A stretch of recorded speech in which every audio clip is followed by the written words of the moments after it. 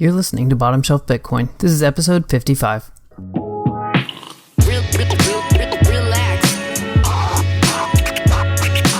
Enjoy your coffee. Okay. Good morning, everyone. Take a chill pill. What is it? Okay. Hey everybody, welcome back to another episode of Bottomshelf Bitcoin, the podcast that puts Bitcoin knowledge within everyone's reach. As always, I'm your host, Josh Humphrey, and today with me, I've got Guy Swann, host of the Cryptoconomy podcast. Guy, welcome. What's up, man? Good to be here. Yeah, thanks for coming on, man. So you want to kind of give, or I'll just explain it. Your podcast, basically, for the most part, anyways, you go through and read articles about Bitcoin out loud, and then you have some other episodes that are kind of your take, and you've done some interviews as well, right? Mm-hmm. Yeah, probably like somewhere between 20 and 30 interviews or whatever. Yeah. The general idea was to, like where it all started from was the reading. And it was just to get, like there's such an ocean of awesome content and ideas and so much information just written down about Bitcoin. And the flood is just kind of nonstop. And I always, for, 3 or 4 years, I was just like, why doesn't somebody turn these into audio so I can listen to them? Because, I was just consume podcasts and audiobooks like crazy, but who has the time to sit down and read it all? And then finally one day I was just like, I just kind of got fed up with it. And I was like, well, I'll do it. And that's where it all started from. But then I do a lot of just kind of re-explaining the ideas and expanding on them. And of course, interviewing people, mostly the authors, to just chat about the ideas and stuff. But yeah, it's been a blast. I love the show. I do it every day, and I don't know. It's just what I do. I spend all my life and all my time and everything working on Bitcoin and learning Bitcoin anyway. It's like, well, I might as well try to figure out how to do it for real, like, and actually sustain it.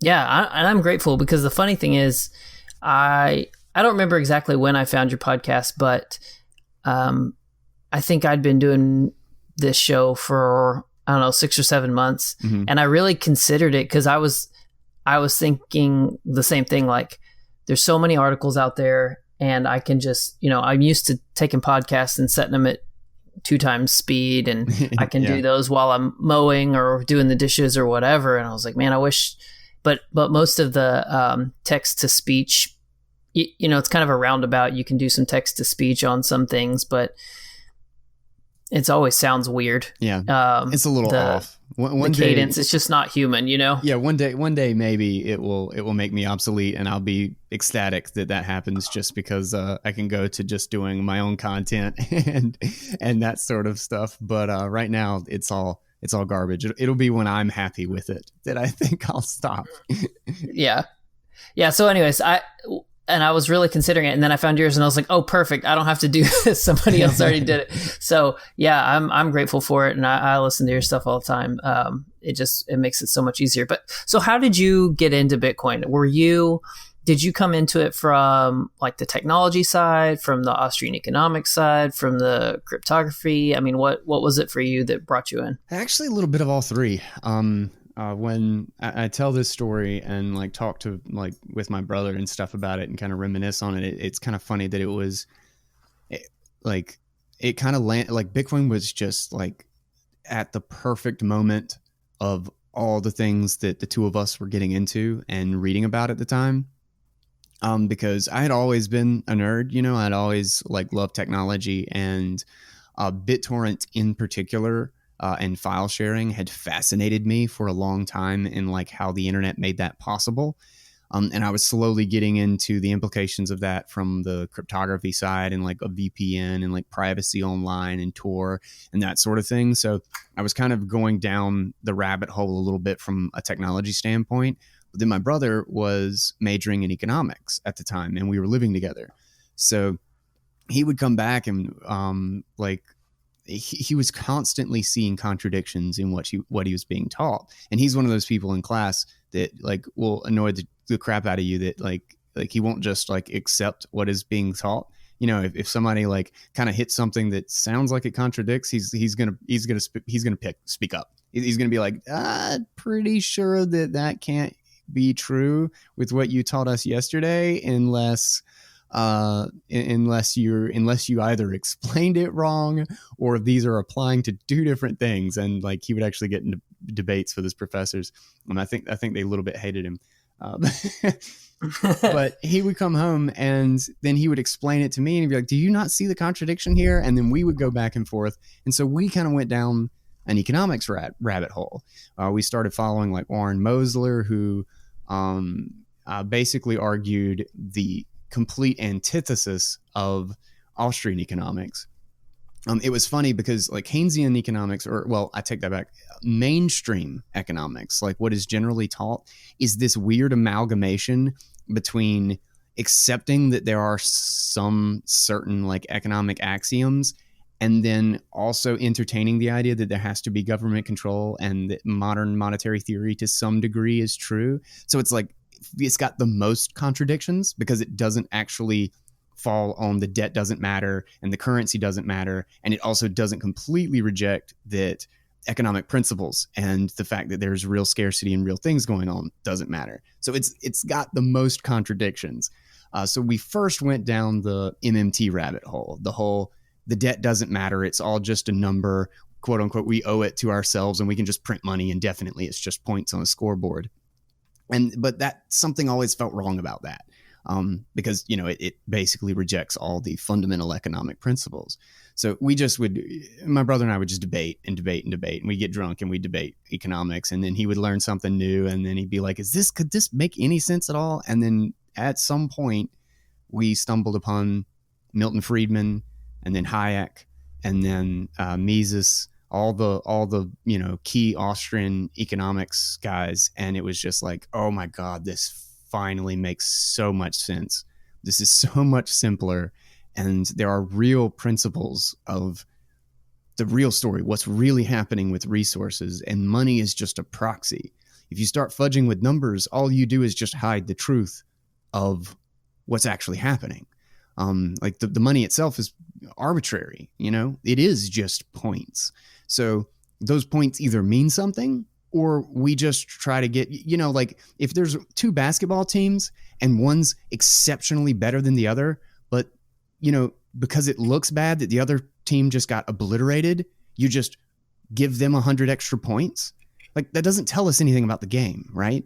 You know, right. There's something real going on. There is one team that's excellent at this game system that we have set up, and another team that sucks at it. Only by having the points actually mean something do we understand that knowledge, or do we get that knowledge. And economics is very much the same way. The government has made it their job to fudge the numbers so things look good, and instead we're just covering up the fact that there is something of real value over here and there's something that is not valuable, or something that's productive versus something that's destructive, and we're just going to blanket invest in all of it rather than pick the productive things versus the destructive ones. And we went down that rabbit hole, and somehow in the middle of all of that, while I was interested in Tor and BitTorrent, and then we're arguing Austrian economics, somebody sent him a link and said, you should probably check out this Bitcoin thing. And I remember that night we fell down the rabbit hole so fast, because it was everything we've been talking about for like a year, like in an economic experiment, like in a software, a protocol, a decentralized protocol like BitTorrent, built on cryptography like Tor, and basically embodying and codifying the principles of Austrian economics. There was nothing that could so satisfy what we wanted to do at the time or learn about. And it was not, I remember the sun coming up the next morning and we were still talking about it. Like it was all night. You never long. went to bed. We never went to bed. Like we were just stuck, and we were fascinated, and we were reading the white paper. Like the second it hit our radar, we were just gone. And that was like way back in 2010 or 2011. I don't even remember now. It's been a long time. Like I have just been consumed. I haven't even. I've not left, like like I'm still there. Like it was just like from dawn, I finally just took a nap, and then, here we are. Nice. So it's been a wild ride, but yeah, I would definitely say it was all three. Cool. Yeah, I think, and for me, it was one of those things, and I've said this on the show before, where for me, I kind of was introduced to it by a friend, kind of saw it from the censorship resistance side, and kind of sort of grasped the technicals of it, and then kind of put it away. And then, I don't know, a year maybe later, I read Rothbard's For a New Liberty, and when I saw just all the ways that the government kind of mucked up the money and everything, I just suddenly went, oh, okay, now let's go back to Bitcoin, because this makes way more sense now. Yeah. Yeah. As far as like why we need it and stuff. So I think that's kind of what I wanted to talk about with you today, because I think it's easy for us who kind of breathe this stuff every day to get off into the technical side of things. And I think there's definitely a case to be made for the privacy side, the censorship resistance side of trying to avoid the surveillance of our finances as a form of free speech. But I think there's also just a side where people don't understand why they need Bitcoin, why Bitcoin matters, just from a like good money. I think you go out on the street, well, not today, I guess, but a month ago, or maybe a month from now, when people are out of their houses again, and you just pick a random person, like they think they know how the economy works, but if you start asking real questions, they don't really. Yeah. And I'm afraid, we were talking about this at our meetup, which is virtual now, last night, talking about how my fear is that everyone thinks that right now the economy is messed up because coronavirus happened, and so we shut down everybody's ability to work and go do all these things, and that's what tanked the economy. Yeah. But rather than like it was built on this shaky house of cards foundation and has been jacked up for a long time, and this just kind of revealed for what it was. Yeah. Yeah, definitely. That's one of the big things, and that it drives me crazy. And it's kind of always been the case throughout history too, though, is that, when you build these like huge monetary imbalances and these like, you manipulate the pricing indicators to force the economy in a direction that is unsustainable, or force them to make investments that simply will never pay off. Like they just never made sense. Very, very similar to as if the really good basketball team and the really shitty basketball team had the exact same amount of investors, because we based it on our points, that's to some degree, that's a decent analogy to what's actually happening is we're investing in bad productivity and bad enterprises to the tunes of trillions and trillions of dollars, because we're allowing someone to manipulate the point system that is the only source of information as to whether or not this is a productive enterprise, whether or not this is actually useful and valuable to the economy or destructive. And historically, all the collapses almost always get a scapegoat, because what they do is they build over time this huge imbalance. But when everything's going great, nobody notices it, because it's only when it's put under strain. It's like Nassim Taleb's anti-fragile. What the concept is that you're building increased fragility. So as soon as any little bad thing happens, it results in complete collapse. Whereas if you were building robustness, if you were anti-fragile and you're actually responding to these pricing indicators and the reality of what's going on under the surface, like of the economy, well, then you would easily weather these storms. It would not be an economic collapse. It would not be a global depression level catastrophe. And we actually saw this like way before COVID. Back in September of 2019, they were already having to pump hundreds of billions of dollars into the repo market because we were primed for this collapse. And it was going to happen, whether or not it was a really bad windstorm or an earthquake or a global virus. It was really irrelevant. That's just the catalyst to exposing the underlying economic reality, which is the fact that we had leveraged ourselves 40x what productivity we actually had. We had mortgaged all of our mortgages and we couldn't pay the original mortgage. Like, that's essentially where. Okay, so let's unpack this real quick. Like practically, when you say these things, like I have an idea what you're saying, but like let's pretend like Joe Normie, who's never read anything about Austrian economics, doesn't really know how the government plays with the economy and repo markets or anything like that. Like, what's actually happening? Okay, so an analogy I've used on the show before that I think really does a good job of illustrating the whole boom-bust cycle, particularly in the context of a credit boom and bust, one where we all think we're wealthy because we're trading each other's debts, but we actually can't pay those debts back. So nominally, so like in numbers, things look great, but under the surface, nobody's going to be able to afford it.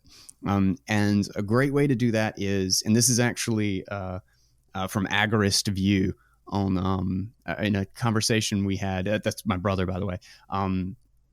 A conversation we had. He came up with a really good analogy that, like, I think shows what fractional reserve banking does. So, what fractional reserve banking means is that you don't have to have all the reserves to actually loan out new money. In other words, if you put $100 in the bank, essentially the bank, depending on the reserve requirements, are all over the place. It can be 90%, it can be 10%. Right now, it's basically 0%. But they're able to loan out $200 against that 100, $900 against that 100. They're able to issue new money that doesn't exist, that someone has to pay them back. And at the same time, they guarantee your $100 deposit as if they haven't given it to somebody else, which they technically have. And the best way to do it is to take money out of the equation altogether, because money is just obscures it. Money just hides what's actually happening, right? Money is just a proxy. You can't really do anything with money. It's just an accounting system. Like, the paper money is useless. It's actually less useful than paper. You can't eat it. I can't, if everybody stopped accepting paper tomorrow, like paper money, well, then I couldn't do anything with it. I couldn't even write notes on it because it's already got ink all over it. Like, it's completely useless. But if everybody stopped buying and selling cars, I could still get in my car and go places. Like, I wouldn't get rid of my car immediately or my house. Like, it's a useful thing. So if you look at the goods, think about it in cars. The fractional reserve banking system is as if, let's say one person has a car. I have a car. You have a car. You go to the bank and you deposit that car. And the bank is just a giant garage. And they issue you back a car certificate, just so that you have the value of that car. But in secret, without telling you, well, in the fractional reserve sense, they actually do it completely openly, and it's conceived as like perfectly normal for them to do this. They issue another car certificate to somebody else for the same car. There's only one car. You've got a car certificate, and now they've given another one out to somebody else, but as a loan. They owe the value of that car. They owe another car to the bank for no reason. Just the bank has the ability to do this. And now they have a car certificate, and they're going to use it to put an extension on their house. So they pay that car certificate to a contractor, and that guy takes the car certificate and he deposits it into the bank. And now that car certificate is used to issue out another loan to somebody else. And now there's 3 car certificates. And this goes on and on and on. And every new car certificate becomes another deposit at the big bank garage, and then is used to pay somebody else, and then becomes another deposit that gets used to back another car loan. But the thing is that the only way this works is if nobody has to go get the cars out of the bank. As long as nobody redeems their car certificates, It works great because everybody thinks the car certificate is valuable. But you do this 20 times and you realize there are 20 people expecting to have the value of a car, and there's still only one car in the bank. So what happens is you get the perception of all of this economic activity, and you get these people start making plans. People start planning to use this car in 5 years to go on a vacation, and they start booking trips. They start buying tickets for events. And all this economic activity looks like it's going to be great in 4 or 5 years. And everybody's making these plans to use these cars to go places and do things for vacations and business trips and conferences and all this great stuff. And now the restaurant next to the hotel hires more people. The hotel opens up more rooms, puts an expansion on their thing. The Airbnbs start buying more real estate and putting more locations on the Airbnb. But the whole economy looks super busy, and like all this value and activity is being produced. When in reality, when everybody goes and grabs the car, when finally it actually has to come due, the one guy goes and takes the car out of the bank, and now nobody can do their trip.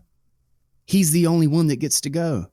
And now the restaurant suddenly is like, oh crap, the hotel just canceled 30 bookings. Now we have to fire 2 employees. All this economic activity was fake because it was based on one car, but it was 20 cars worth of activity that was being set up as if it all existed. And the kicker of all of this is at the end of it, everybody owes 20 cars to the bank. Everybody owes the bank for this because they printed car certificates as loans. They faked the fact that they had 20 cars that they didn't have. And now everyone is indebted to the bank, and everyone was basing all of their futures off resources that never existed. And that is literally how our monetary system works. And it is tens of trillions of dollars in balance that gets perpetuated by manipulating the numbers. And it takes decades for us to realize that there was an imbalance because none of the economic activity is real. It's all just based on lies about prices. Yeah, when you say it like that, it kind of, I think in the normal person, it kind of builds up this rage at the blatant fraud, right? Yeah, but it's ridiculous. But it's totally legal because they're the ones that make the rules. Yeah. They've written, and it's funny, like you have all these bank runs in like the late 1890s, late 1800s and early 1900s, in response to like, there's these bank runs and stuff because essentially on like a micro level, banks were always doing this. Banks have always leveraged themselves. Whenever they end up have a ton of money in the vault, or actually a ton of gold in the vault at the time, they almost always found out that after 10 years of stability or 20 years of complacency or whatever it is, they're like, we could issue twice as many certificates for gold as we actually have in gold, and notice that only about 5% ever need it at any one time. So, just like cars, we could trade out 20 car keys, even though we've only got 10 cars. And because only 2 people need it at any one time, we just won't tell anybody. So that's what would lead to these bank runs and these huge collapses. But the thing is they're incredibly short-lived because they're specific to those institutions. That's why they're called banknotes. They were actually specific to the bank, and their value would be based on the solvency of that bank. So if Bank of America lied about their gold reserves, their banknotes would be worthless. But Chase banknotes wouldn't be. BB&T's banknotes wouldn't be because they weren't the ones that cheated. And this is actually critical to the economy, that this reserve, the lies of how many reserves is not covered up. It's as if it's Mount Gox, like the Bitcoin exchange, they ran fractional reserve. They didn't have all the money, but they pretended they did. So they guaranteed everybody's deposits, but they collapsed in 6 months because they're working under sound money. They can't sustain that. In 1913, the Federal Reserve Act was passed, and it was a a cabal of banks. Like it was basically the oligopoly of banks at the day. It was like 6 or 7. Like it was actually J.P. Morgan, actually like the guy J.P. Morgan, Carnegie. I can't remember everybody who was involved. The names escape me right now. There's a fun book called The Creature from Jekyll Island. But they met in secret, the bankers drafted up this bill that institutionalized the ability to loan out money that didn't exist, because who wouldn't want an interest payment on money they didn't have? I mean, think about how crazy that is. You can loan out somebody else's car and make interest on it and just not tell them. Like that's essentially what they're doing. Like it would be as if I had $0. It's like, that sucks. I'm broke. But you know, if I could write a law that says I could loan out $100,000 into existence and make a 1% interest on it, well, I got $10,000. I got $10,000 worth of income. I mean, $1,000 worth of income. That's great. Maybe I should do that to $1 million. Now I got even more income. What did I have for that income? Nothing. I just have the government privilege of issuing new money as a loan. And that's essentially what they did. And it didn't come out that it was actually written by. It was actually sold, and this is the beauty and evil of politics all in one. It just perfectly shows how this whole system is just insane.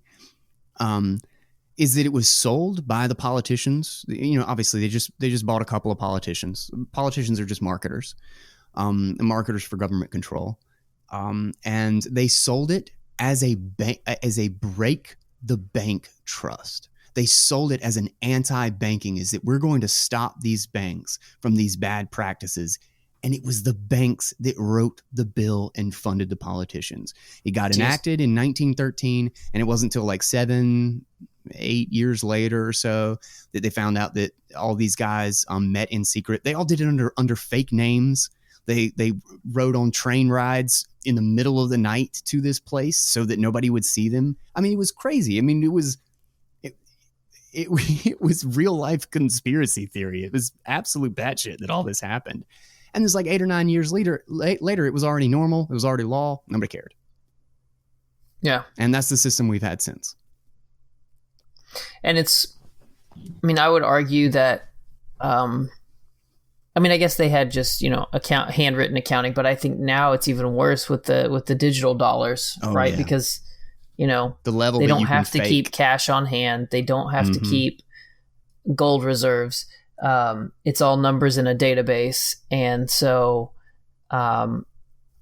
it can go on much longer because it isn't the car, right? Nobody has to come and say like, oh, I need to actually use this car for something. The bank can just keep rewriting numbers in the database, and that can go to the other bank's database. Yeah.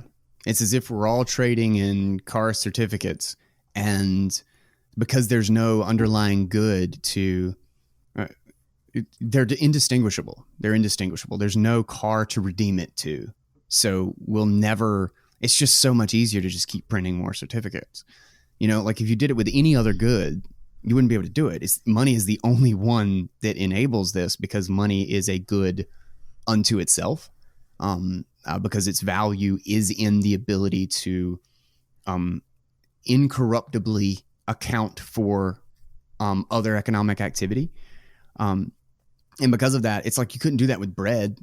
Like when your bread ran out on your shelves in the grocery store, they couldn't sell bread certificates. You can't eat that. It's not a replacement for bread. So the bread certificates would devalue and the bread would be valuable.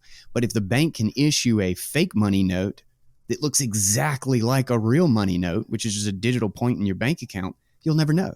You'll just never, like, the economy is screaming at us right now that we have a huge imbalance, that we are over leveraged, that we have massive amounts of debt that nobody can afford, and they are doing everything they can so that we don't see it, because it's so much more comfortable to not admit that to ourselves. Yeah, I feel like it's like you're riding on a bike and you keep loading up bags of stuff that are heavy on one handlebar, right? And then you just keep leaning as hard as you can the other way to keep the bike going, instead of just admitting that your whole bike is off balance. That's a great analogy. I like that.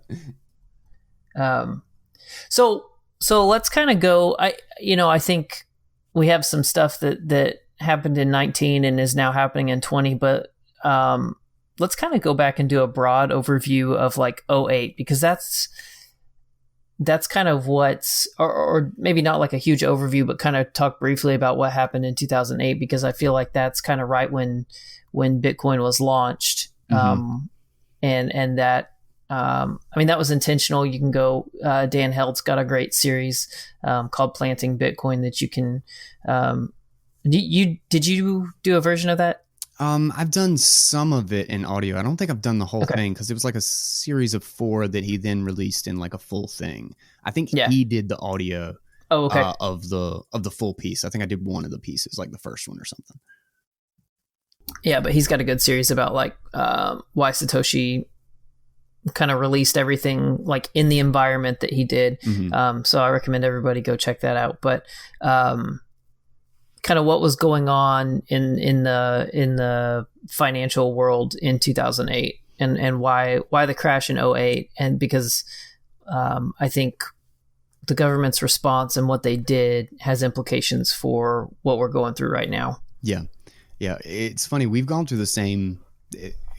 This is almost identical to what happened in '99 with the dot-com bubble, and then the housing bubble, and then now the everything bubble, the stock and derivative asset bubble. But it's been a series of reinflating the same imbalance. Like the first one is essentially, we got a mortgage, and at 10% interest that we couldn't afford, like collectively over the economy. And then it looked like, all the perceived prices go up because we're all getting that mortgage or whatever and trading these debts, very much like the car certificates. And then suddenly the economy tries to correct for it. And there's only so long that those imbalances can go on, and you have this big crash. But then instead of actually letting us deleverage and letting the people who couldn't afford the mortgage simply default and reallocate those resources to good, productive endeavors, what do? They take out another mortgage at a lower manipulated interest rate and pay off the previous one. So we've mortgaged our mortgage. And then we do that in housing. Like what happens is that like they can't really completely control the market. All they can do is fudge like those fundamental numbers.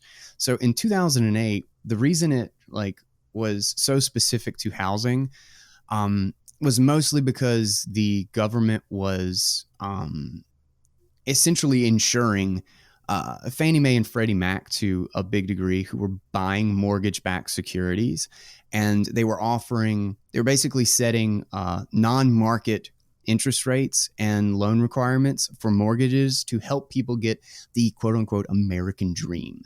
And in setting interest rates lower than what they actually are, like interest rates should be based on savings. If we have $100,000 in savings, well, then it should be really costly to borrow $200,000, right? Because we've only got $100,000 worth of resources. And the market would necessarily price that incredibly high because that's an enormous amount of risk. We're, 2x what we actually have. But what the government can do is, and with the fractional reserve banking system, is since you can just issue it from nothing, it's not really any cost to the bank. And it's not really any cost to the Federal Reserve to print more digits, just like you said. And because of that, they can manipulate the interest rate. So even though that interest rate might have been 50%, they can do it at 5% and make it appear as if there is no risk in the economy, and inflate an entire industry that wouldn't be inflated otherwise. And right, because interest rate should be a reflection of the relative risk. Yeah, you can't build a house with trees that we haven't yet cut down.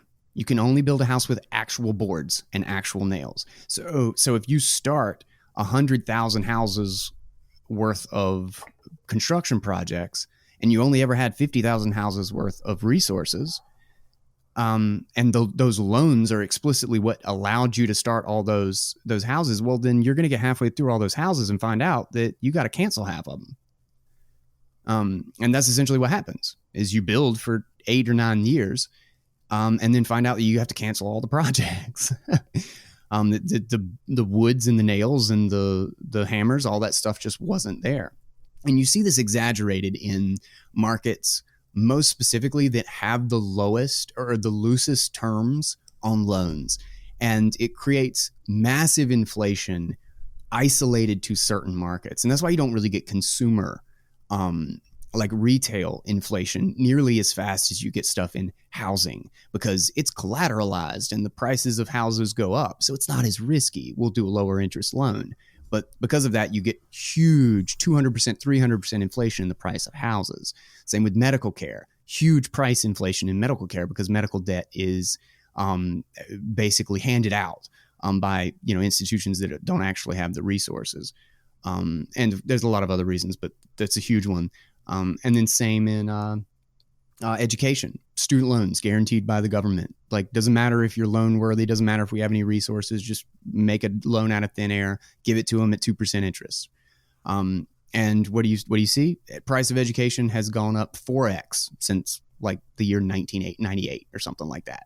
Ridiculous. Absolutely ridiculous. Does it cost 4 times as many resources, people, and time to educate somebody today? No, not even close. We have YouTube. I can learn anything I want online for free sitting at my home. It doesn't cost more resources. Why does it pay? Why do we pay 4 times the price? I'll do you one better. Yeah. I'm in a graduate program right now, and I still go to YouTube to actually learn the material. So I'm paying to get the stamp of approval. Yep. And then I still use the free resources to actually learn all the stuff. Because it's better, it's more interesting, and they have more incentive to catch your attention, to actually explain it well. Love it. Yeah. Perfect example. And essentially in the late 90s, all this cheap debt flooded into it's just rare that you inflate the same bubble. Usually the market is good at saying, okay, this was not sustainable, so let's try it over here when the prices are still being manipulated. So in the 90s, we had it in .com, we had it in new technology. Internet was going to change the world, and it's easily fueled by the extra hype. There was always going to be a hype cycle with the internet, just like there's a hype cycle for Bitcoin. New technology just tends to do that.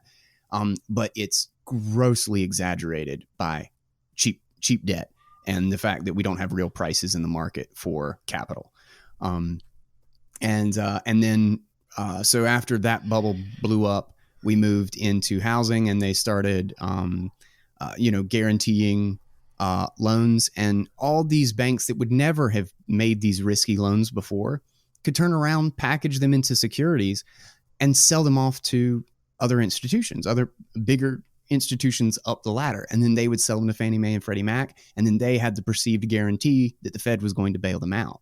So there's this whole industry of banks and institutions loaning out mortgages that they even know are risky. They would never do otherwise, but they do it because they can immediately, they don't want to hold these mortgages. They want to get rid of them ASAP, because they know they're going to bleed them dry if they're actually holding them. It's a game of hot potato.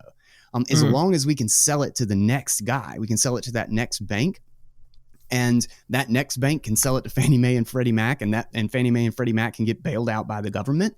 We're good as long as we're not holding the potato when somebody calls to stop the game. And that's what happened. And then all that blew up. And the key thing here is that all of this is because we don't have sound money. Is because we have a central party that can manipulate all the key prices in the economy. They can manipulate the interest rate, which is the price of resources across time. What's the cost to use up resources today that we have not yet produced? And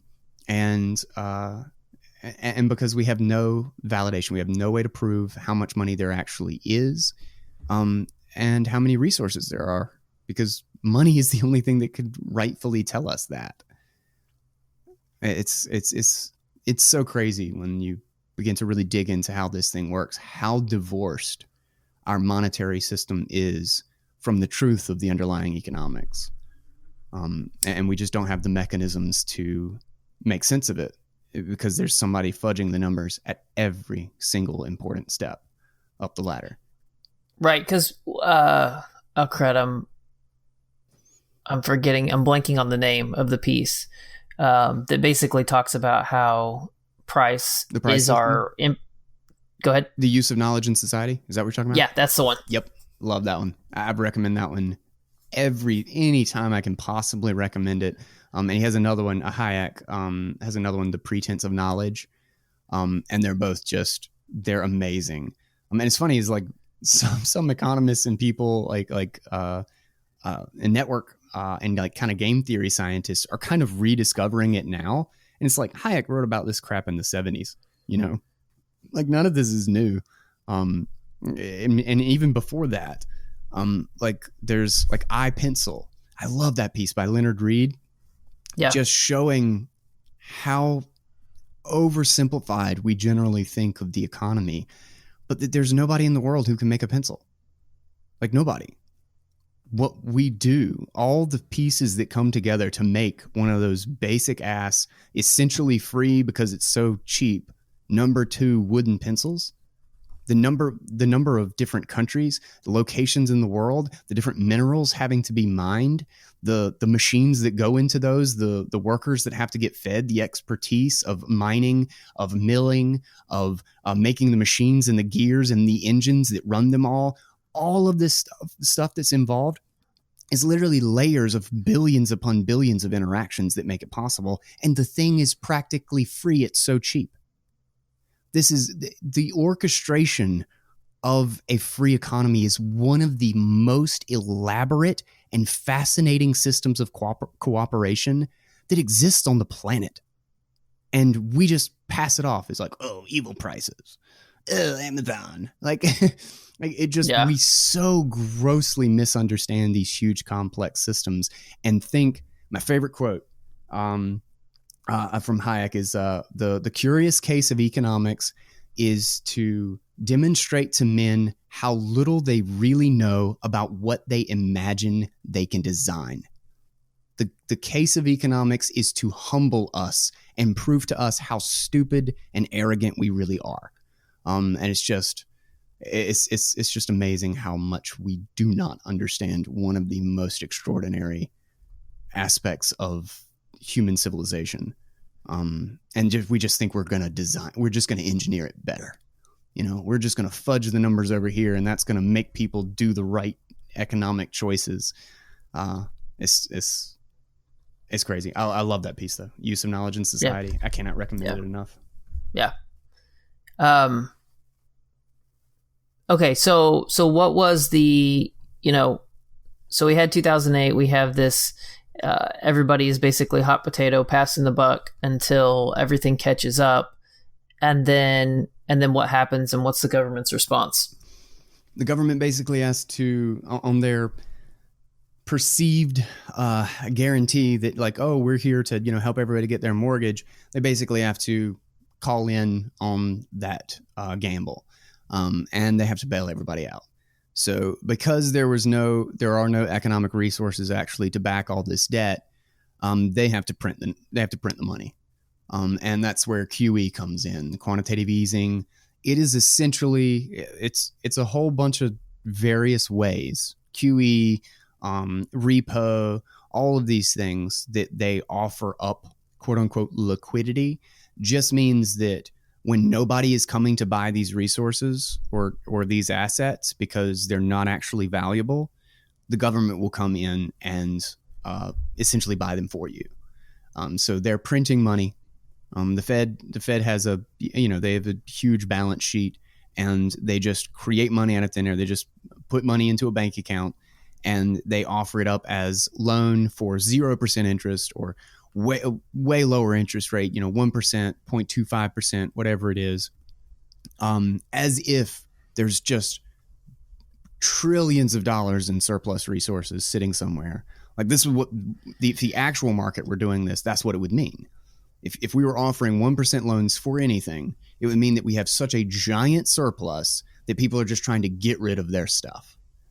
Is that what we have? Do we have giant surpluses and everybody's so freaking rich that nobody needs to work? We could all just take 6 months off and do nothing because we just have excess everywhere? No, that is not our situation. But that is what the Federal Reserve is pretending is our situation. And so they do QE. Nobody's going to buy these mortgage-backed securities, so we will. We'll just put money in our bank account and we'll buy it from you. Nobody's going to offer you loans, overnight to meet your reserves for all these loans that are now, defaulting and all these crazy situations. Everybody sees that there's huge risk in the market. Okay, well, we'll just put money in our bank account and we'll loan it to you. It's all just various terms and a hodgepodge of conditions on how and why they print money. And it's gotten crazy absurd this time around because now they're buying corporate bonds. They're loaning to businesses. They have no inhibitions this time. They're buying up equities. They're buying up treasuries, like securities, the whole thing, just all the way up the ladder. Now they're just throwing money at people. I just got money in my bank account. Nobody had it. It didn't exist anywhere. They're just printing it and giving it to people. Yeah, so that's kind of what I've noticed this time around is like, I feel like last time they tried to make it seem like they weren't just printing money. Like they called it QE so they could say, oh, this isn't just do it. It was a loan, quote unquote. Right. Yeah. And now it's like they're just being blatant about it. Like they don't care. Yeah. I think it's because they've just run out of their toolkit because we mortgaged our way out of the previous problem. They've basically run to the end of their rope. And they know that the fallout from this one is going to be so bad that they can't get away with just bailing out the corporations and just bailing out the giant institutions and their cronies. So they have to put some money in everybody else's bank account to keep up perception that they're doing this for us. And at the same time that even if they bailed out all the other ones, there's going to be so much hurt in the rebalancing for the middle class and the lower classes. They know they'd have huge political unrest on their hands, but unfortunately it's easy to buy people. And the more ignorant they are, the easier it is to do. And unfortunately, how many hours of schooling and education did you get on the nature of money and monetary policy and sound versus soft money in school? Very little. I had one economics class in college. Well, I think I took one semester in high school that I mostly slept through. And then in college I had one summer session course, and the whole time I was just watching when I watched him explain this like boom and bust cycle from like the mainstream economics point of view, I just went, this doesn't make sense. Like, why don't you just let the thing stop interfering with it? Yeah. Let the, it's like, I just looked at it like, as a parent, when your kid's little, you try and protect them from things, but at some point you just got to let them fail to learn it on their own. Yeah. Right. And the same thing, like, why does the government keep interfering with the business thing? Because that encourages them to go back out there and make the risky business decisions, make the bad calls and whatever. Nobody ever gets punished. And I don't want people to get hurt. Right. Yeah. But every time that they, protect people from getting hurt, they encourage them to take riskier behavior. So the next time is a bigger hurt that they're having to protect them from. And if you had just let them fail the first time, it wouldn't have been as bad. Yeah. And so, but I was a microbiology major. And so I had the one class and I was like, you know what, forget it. I'm just going to answer, regurgitate the information they want for the multiple choice test and move along and do the things that I'm actually interested in. Yeah. Yeah. And that's generally the case. In fact, I'm surprised there was anything in high school. I could not have told you the first thing about money after getting out of school. Even my economics class didn't teach me about money. They taught me about they talked about supply and demand, which was fascinating to me actually. And it was the one thing that I really valued out of that class was that it seemed super intuitive to me. I really enjoyed it. But think about how critical the function of money is to society, and that we just don't learn anything about it. I mean, just nothing. Did we even learn how to balance a budget? Like, isn't education supposed to be so that we can function in society? Where is the one thing that everyone has to do? How is that most critical thing, the one thing that is definitely not taught, or taught to such a low degree that it's foreign to us when we are all out on our own? But I love the point that you bring up about how contractions in the economy, like to bail them out, is to reinforce the bad behavior. The reason the economy is anti-fragile, the reason it benefits from volatility and stressors, is specifically because it adapts when that volatility and those stressors arise. And that is explicitly in disincentivizing or punishing irresponsible or unsustainable behavior. So when a bank leverages themselves too far, they are supposed to go out of business if a hurricane comes in and wipes them out, because we don't want an economy that can't survive a hurricane. Hurricanes happen. If we leverage ourselves to the point that we can't weather one, we've caused ourselves undue, pointless pain. And then when those people are bailed out, why would they stop doing that behavior? What benefit do we get? The contraction is there to kick the irresponsible out of the business market. And even better is that it benefits explicitly the people who were responsible, the people who did have the insurance policy for when the hurricane came, that did have savings. Why? Because now they get all of this capital of these huge unsustainable businesses at fire sale bankruptcy prices. Their savings is finally rewarded. Instead, we force the savers to pay for it by bailing out the other ones and keeping prices high, which were inflated to begin with. Because no one was accounting for the fact that hurricanes happen, that coronavirus happens, and the balance gets worse and worse. The behaviors get worse and worse. The culture gets worse and worse. We become crazy consumerist. Like these are micro influences that happen billions and trillions of times every time we are considering taking out a loan or buying on credit instead. 0% down, 0% interest for 12 months. That's not possible. That is not possible in a balanced economy. Nobody sells that. That is an economy with cheap money, with bailouts, and that has had 20 years of the government fudging the numbers. Ask your grandmother if she ever got a 0% loan. She didn't. Yeah. That was not a thing until that's simply not a thing with real resources and real prices. That is a huge product of government manipulation and of unsound money, of fake money. And that is the value. That's what Bitcoin fixes, is that with Bitcoin at the base layer, at the foundation of a new system to replace this one, all of those imbalances become impossible, because you can't make a fake Bitcoin. You can't make a bread just like you can't make a bread certificate that you can eat like real bread. You can't make a Bitcoin certificate that can be redeemed for real Bitcoin. You last as long as Mt. Gox managed. 5 months, 6 months tops. As soon as people start to withdraw, the Bitcoin balance cannot be cheated. And in doing so, you get real prices. You get real information about the economy, and you do not have these decade-long $20 trillion imbalances that then have to be fixed all at once when we have to cancel 5.6 million in progress housing projects because we found out there was no wood. That's crazy. Yeah. Just trying to imagine those kind of numbers. Yeah. I mean, it's the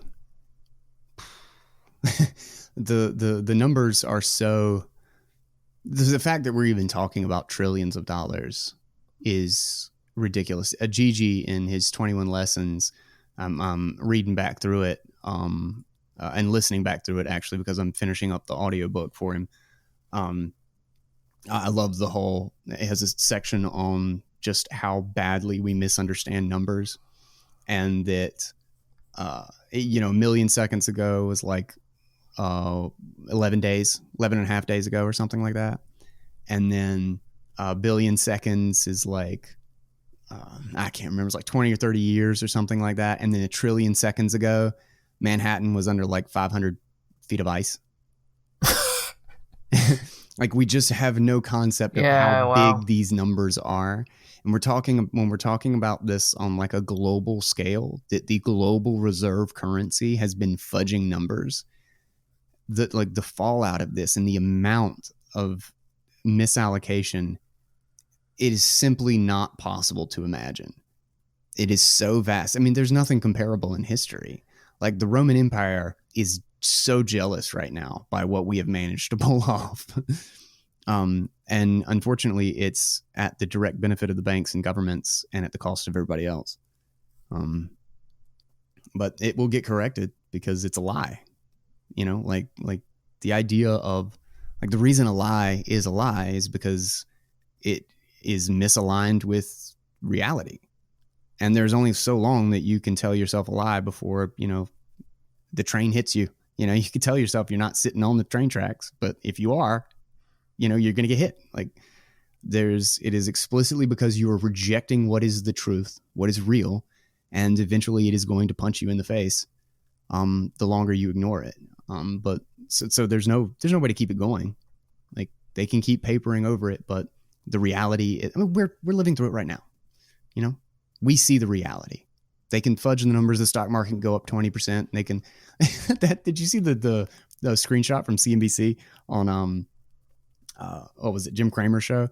That showed in the background there was like, Dow has the best week ever since like 1931 or something like that, since the Great Depression, and then there was a breaking at the bottom that we had like 16 million or 20 million people file for unemployment. Yeah, I mean, just the disconnect, right? Like, that. How can the stock numbers go up while you have this many people? Everybody's about to have for unemployment. The whole economy just filed for unemployment. Nobody's got any productivity. Nobody's going to have profit this quarter. Everything is in disarray. The economy has been halted, and the stock market had the best week ever. Like, yeah, if that doesn't tell you that it's fake, then I don't know what to do for you. It's a lie. It's just a lie. It's politics telling us what's true when I don't know. Yeah, it's just one of those things. It will get corrected. So what do you think's going to happen? I mean, do you think this will be? Do you think they'll be able to quote unquote pull it off like they did in 08 this time, or do you think there will actually be a reckoning this time? Or, man, I've gone back and forth. I mean, to some degree, there was a reckoning last time. Like, since 2008, like, all this perceived everything's fine has also been met with very stagnant standard of living, significant decreases in the middle class, much higher divorce rates, like when the consequences are actually everywhere. We didn't really get out of it last time. We just extended the pain until, like, with this, you know, fake perception of wealth in the asset and like derivative classes, like in stock markets and securities and all that stuff. And then, you know, the bubble popped again.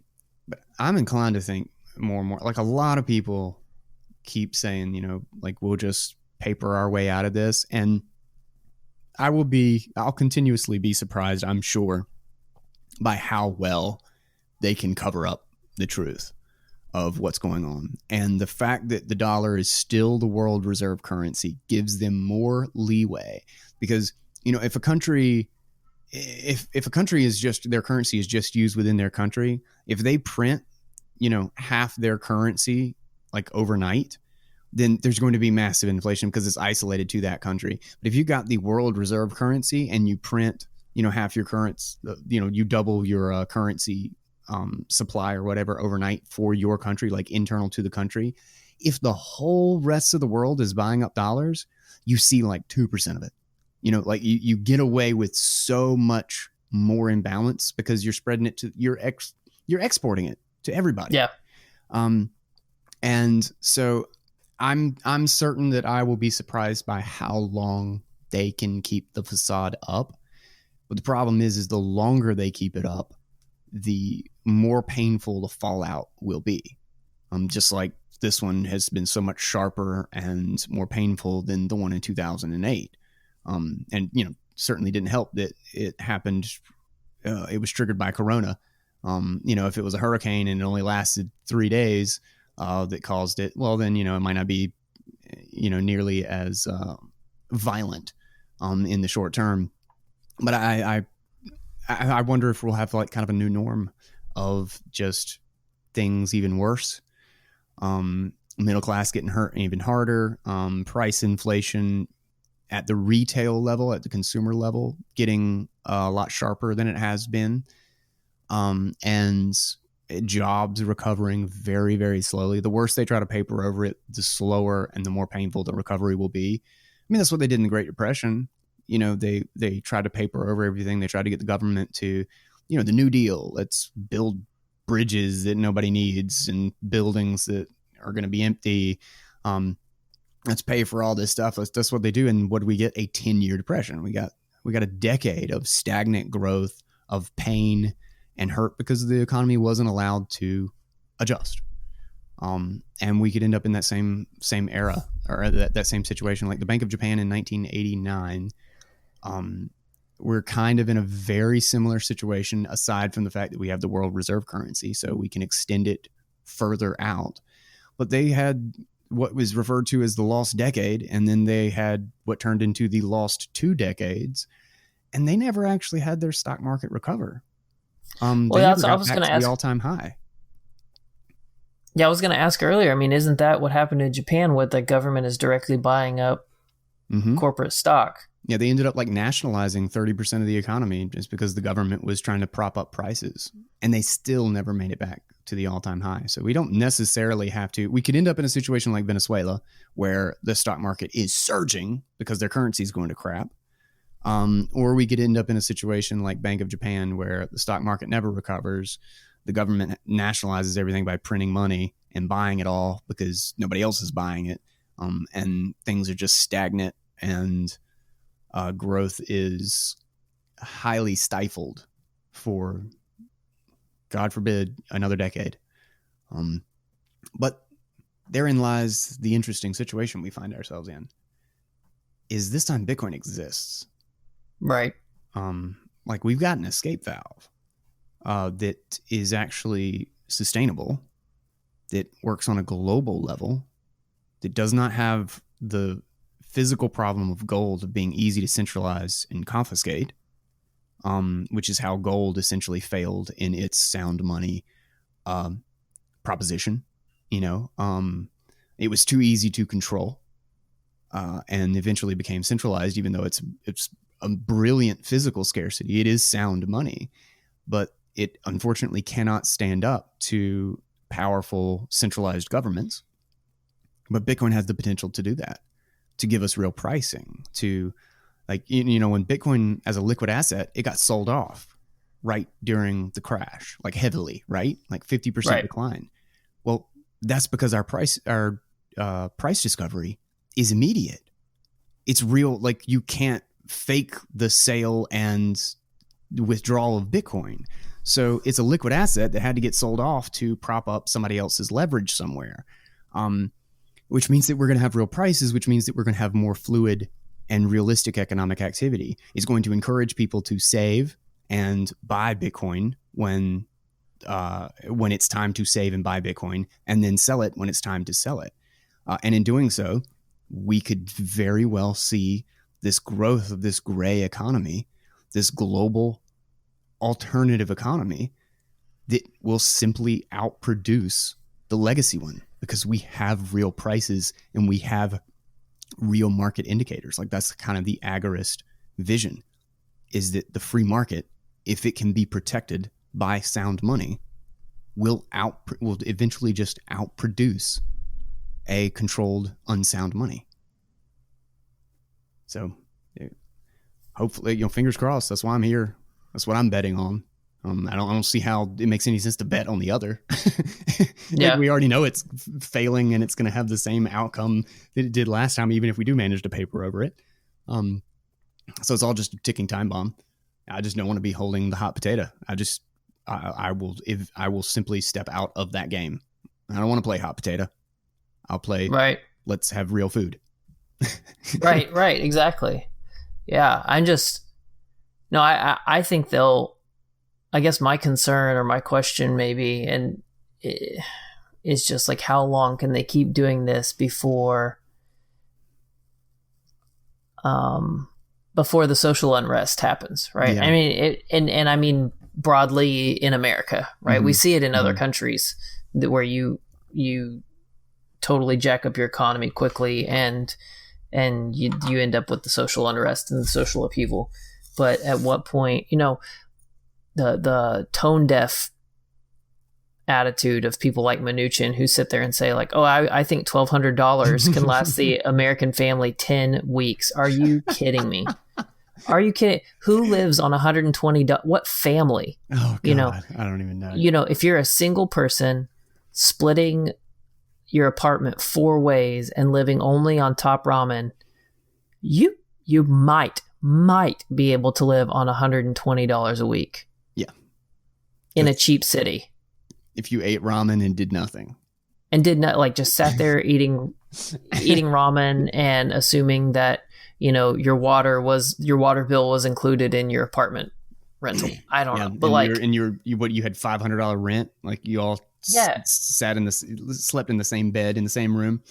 Yeah, I mean, like, I live in a place with a relatively low cost of living, and there is no way that, my family could survive on $1,200 for 3 weeks, 2 weeks, maybe.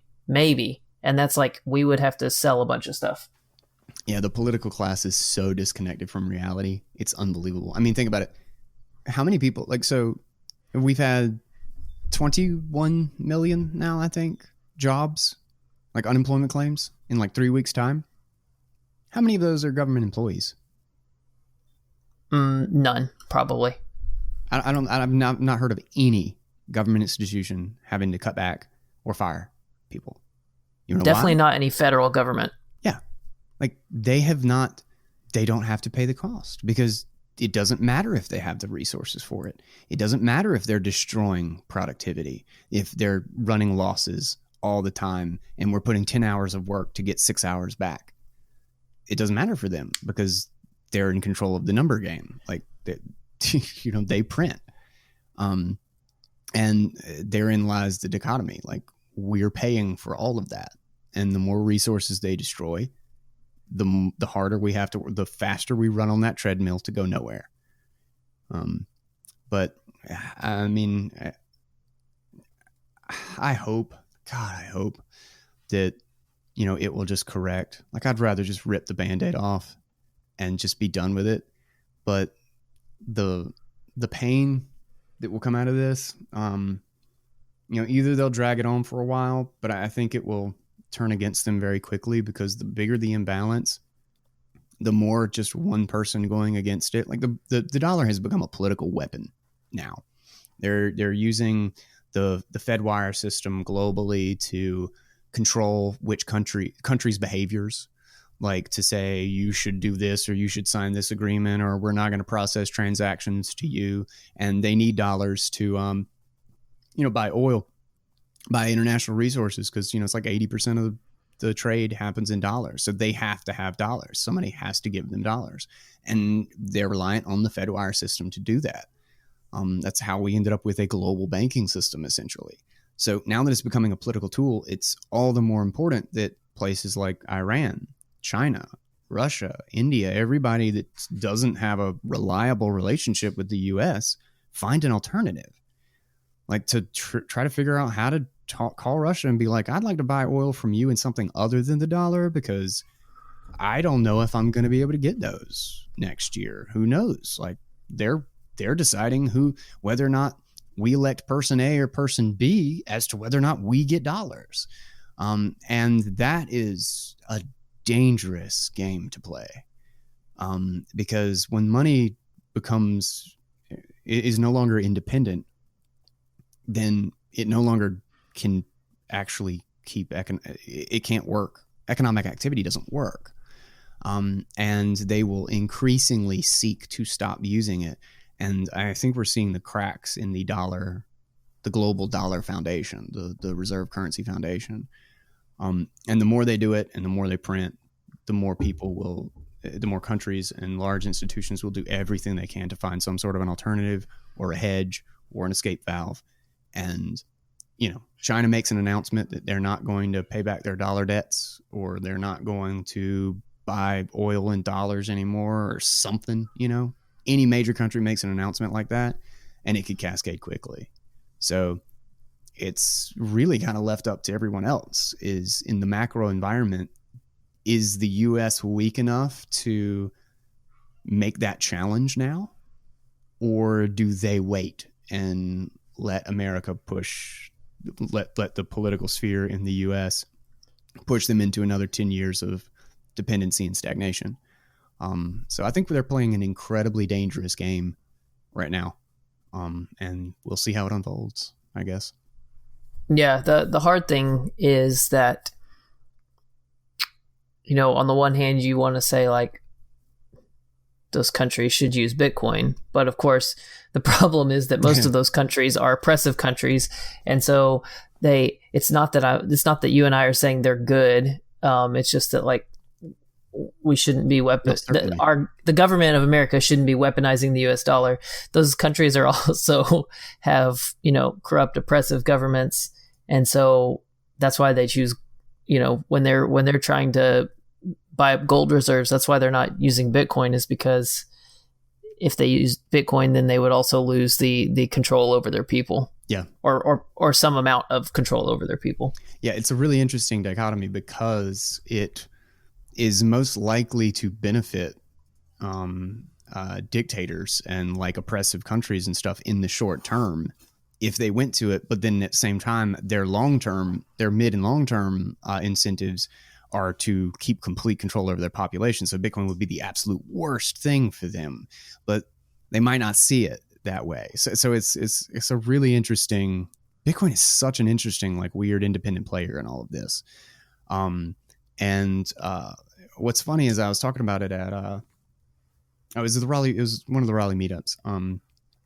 How the funny thing is, if any government tries to take control of Bitcoin because another government is trying to use Bitcoin to get around some capital controls or sanctions or something like that, what's funny is that actually will, over the long term, make Bitcoin more secure, because the only way to attempt to censor or control Bitcoin is to get a massive amount of mining power. And if you have huge government institutions competing for mining power, the more players you have competing over it, the more secure Bitcoin is. So they're all fighting to make Bitcoin more secure in order to have dominance over it. So Bitcoin becomes more independent because specifically people who hate each other are trying to control it and use it against them. So when it really becomes a major player on the macro, like, political environment and the geopolitical pressures between around the world, it's going to be crazy to see how Bitcoin factors in all this. And this will be the ultimate test, like, as it moves into the $1 trillion ranges, that's when it finally meets the final boss, we've done a great job and it's been a fascinating run, for the first 9 levels. But the final boss is coming, and it'll be really interesting to see. There is not a more interesting time to be alive, I feel like as much as it's painful and there's so much change, I have a hard time being completely pessimistic about it, because the fact that things are changing and that we're seeing all these pressures means that they are correcting. It's when they're invisible and we're pretending that everything's great that the real damage is being done. This is the correction. This is when we're finding out that we made all these bad mistakes, and we will stop making them. which means that we've actually got the greatest opportunity we've ever had at the exact same time that we're paying the greatest cost for it. So I'm actually hugely optimistic because of what Bitcoin represents and because of what is being exposed to people who've never even had to see or think about these things. So I don't know. I'm very, very hopeful for the future, despite all of this insanity. And that's why, I made it my job to just teach about Bitcoin, is because I think it's our best chance for the next stage in solving this problem. Awesome. Yeah. So what's next for you? Well, we're doing a rebrand of the show, which I finally made public a week ago or so. But it's going to move over to Bitcoin Audible. And because I've been finding that a lot of Bitcoiners have not been finding my show. I don't turn up in any Bitcoin searches. And it's like basically a Bitcoin podcast, like I don't really talk about much else. Yeah. And so I figured I'd benefit from a rebrand. And in doing so, I'm going to make a lot of changes to the website, and I'm doing a lot of other projects. The Cryptoconomy is turning into a network, and we've got a lot of expansion coming. Potentially new shows in the not too distant future. Expansion a little bit of the Bitcoin Audible, and a lot to announce, and a lot of fun stuff being built right now. My wife is helping me. She's much better organized than I am. So she's taking charge of a lot of it too, which is really exciting. And a lot of fun stuff on the horizon, I think. Cool. So how can people keep up with that and keep abreast of all the changes that are coming? Easiest way is just Twitter at the Cryptoconomy. Or you can check out thecryptoconomy.com. It'll all be posted up there when I get the new website up. And that will be the hub to basically get to all of it. The Bitcoin education stuff, all the new stuff that will be announced when we get there. And also got a couple audiobooks coming very, very soon. One is waiting in the wings to get approved right now. Inventing Bitcoin by Jan Pritzker. And that one's amazing if you haven't heard it yet. Like I said, Gigi's will get posted on Audible. Knut Swann has another version, another book coming out. I don't think he's released the name of it yet, so I won't say. Monsieur Mamadov has got his most recent book. I haven't actually dug into it yet, but looks like we're going ahead. This book will save you time. God, great perspective and analogy on it. So a lot of stuff on the audio front, so many things. So keep an ear out for all of that. But yeah, thecryptoconomy.com and at the Cryptoconomy on like everything. I think like Twitter, Instagram, and all that good stuff. Sweet.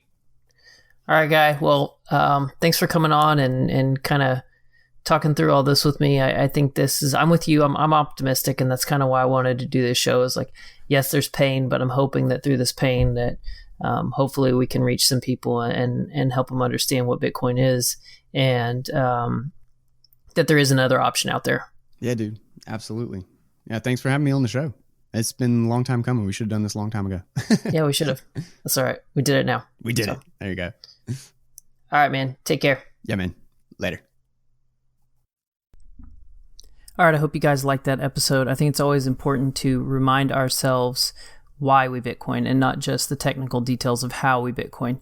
And I think this serves as hopefully a good episode that you can share with your friends who still don't understand why we do this, or are looking around and very confused at how a virus could have caused an economic meltdown. And this will serve as a good kind of easy entry to understanding why the economy was so fragile to begin with, that something like this could topple the house of cards. So if you guys aren't listening to the Cryptoconomy, you're probably wasting a bunch of your time reading articles. Guy's great, and he does a great job of reading those articles all the time. You can save yourself time if that's your thing. I mean, I know some people prefer just to actually read the articles, but anyways, I like the Cryptoconomy podcast. It's great. So give Guy a follow. Go subscribe to his podcast. And we talked about several things in there. And so I've linked him in the show notes, his episodes where he goes over Leonard Read's iPencil, as well as he's got 2 episodes. He broke it up into 2 parts, but Hayek's Use of Knowledge in Society, just a great kind of foundational work where he talks about price serving as a source of information. So great stuff there, and I included links to Dan Held's Planting Bitcoin as well. The other thing I wanted to remind you guys, if you listen to this show long enough, you've heard me talk about Tuttle Twins. It's a series of books by Connor Boyack where these twins kind of get into different scenarios, and it discusses ideas of liberty and free market economics and these things. And there's one about the pencil. They go to a pencil factory, but then they have to talk about like all the things that happened before to make the pencil come together. And it's kind of a broken down version of Leonard Read's iPencil. And then the other one is The Creature from Jekyll Island. I know that Guy had mentioned that in the interview, and there's actually a Creature from Jekyll Island book in the Tuttle Twins series, so you can find both of those and any of the Tuttle Twins books from if you go to bottomshelfbitcoin.com/kidsbook. It doesn't change the price of the book, but I get a little kickback if you use my reference link, so that's there for you and me. All right, you know the drill. You can always the best thing you can do is share the show out with everybody, show it to all your friends, and then there's financial ways to support through Bitcoin. If you go to bottomshelfbitcoin.com/donate, you can see all the links there. And other than that, follow me on Twitter at bottomshelfbtc. Got a couple good interviews coming up, so stick around, come back for those. Until next time, for Bottom Shelf Bitcoin, I'm Josh Humphrey. Thanks for listening.